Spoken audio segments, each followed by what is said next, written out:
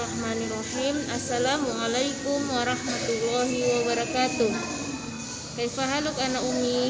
Semoga anak-anak Umi diberi kesehatan dan beribadahnya semakin tingkat kepada Allah Subhanahu wa taala. Baik anak Umi, kita akan melanjutkan materi terakhir di semester ini, yaitu mengenai fungsi hutan. Jadi ada beberapa fungsi hutan ya anak Umi ya. Yang pertama itu sebagai paru-paru dunia. Mana maksudnya salah satu fungsi hutan adalah sebagai paru-paru dunia. Maksudnya adalah hutan dapat menyerap gas karbon dioksida yang berbahaya bagi manusia dan menghasilkan gas oksigen yang sangat diperlukan manusia.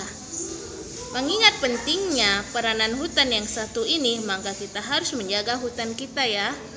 Coba bayangkan jika semua hutan kita musnah atau hancur, kita akan mendapatkan oksigen dari mana ya anak Umi ya?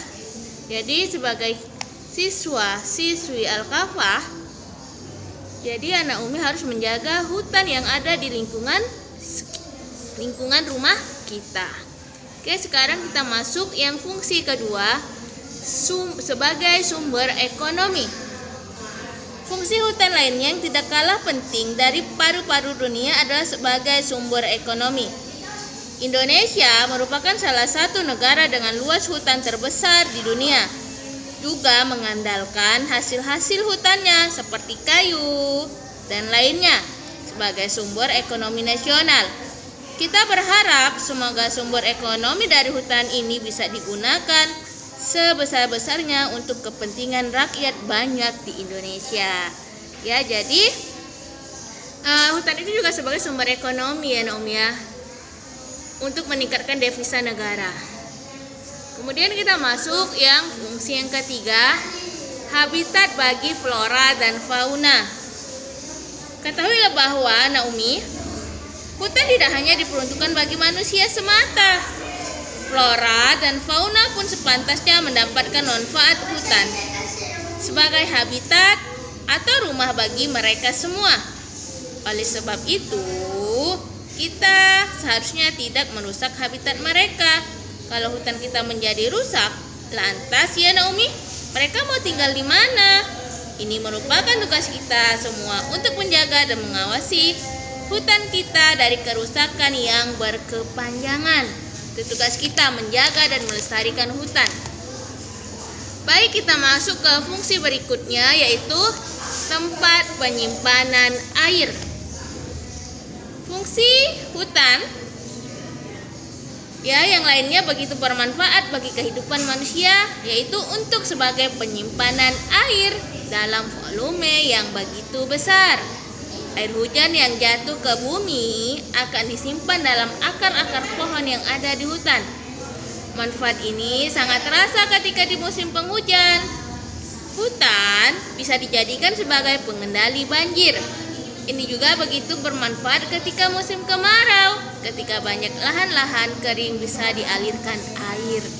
Masya Allah, itu manfaatnya hutan kita ya Naomi ya. Sekarang kita masuk ke pengendalian bencana. Fungsi hutan lainnya yang harus dipahami umat manusia adalah hutan dapat menjadi pengendali bencana alam seperti banjir dan longsor. Banjir terjadi karena volume air yang jatuh ke bumi terlalu banyak sehingga aliran air tidak mampu memuat. Disinilah hutan berfungsi untuk mengendalikan banjir, yaitu dengan menyerap air-air ke dalam akar pohon-pohonnya. Begitu juga halnya dengan longsor. Keberadaan hutan yang lestari akan meminimalisir kejadian bencana tersebut. Sekarang kita masuk ke fungsi menyuburkan tanah. Menyuburkan tanah merupakan salah satu fungsi hutan. Ya, ketahui bahwa anak Umi, suburan tanah dapat dioptimalkan tumbuh kembang tanam yang bisa dimanfaatkan manusia. Tanah sekitar hutan bisa tumbuh subur karena terjadinya proses penguraian daun-daun. yang gugur jatuh ke bawah tanah, menjadi tanah humus yang begitu subur. Tanah yang subur banyak dimanfaatkan manusia untuk menanam pohon tertentu. Kita masuk ke fungsi terakhir, yaitu mengurangi polusi dan pencemaran udara. Fungsi hutan yang begitu penting lainnya bagi manusia adalah hutan bisa digunakan untuk mengurangi tingkat polusi dan pencemaran udara. Hutan bisa menyerap gas-gas yang menjadi biang terjadinya polusi dan pencemaran udara seperti karbon dioksida, karbon monoksida, dan lainnya. Gas-gas tersebut sangat membahayakan manusia ya Naomi, terlebih jika gas tersebut sudah berada pada tingkat di atas ambang normal. Jadi ada 7 fungsi hutan. Ini nanti waktu ujian coba diingat-ingat, nanti Umi salah satu ya soalnya fungsi hutan. Jadi tolong diingat-ingat apa yang Umi jelaskan. Sekarang kita masuk ke terakhir, menjaga kelestarian hutan. Juga ada caranya. Yang pertama, melakukan reboisasi. Apa itu reboisasi? Penanaman hutan kembali. Yang kedua, menerapkan sistem tebang pilih. Jadi, anak Umi, di hutan itu ada sistem tebang pilih. Pohon yang sudah tua itu akan ditebang, ya. Untuk apa? Untuk melanjutkan generasi pohon tersebut ya, supaya tidak merusak hutan. Yang ketiga, menetapkan sistem tebang tanam. Setelah ditebang dan harus ditanam kembali ya, jangan dibiarkan saja.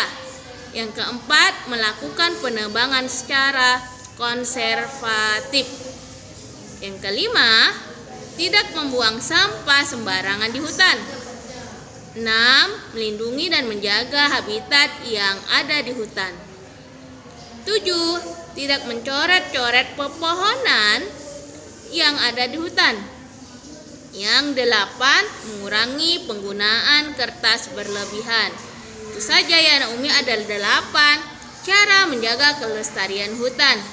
Jadi baik anak Umi, untuk ujian semester itu soal pilihan berganda ada 25 soal, isian ada 10 dan esai ada 5. Jadi video-video yang sebelumnya disimak kembali agar bisa menjawab soal-soal yang Umi berikan untuk ujian semester.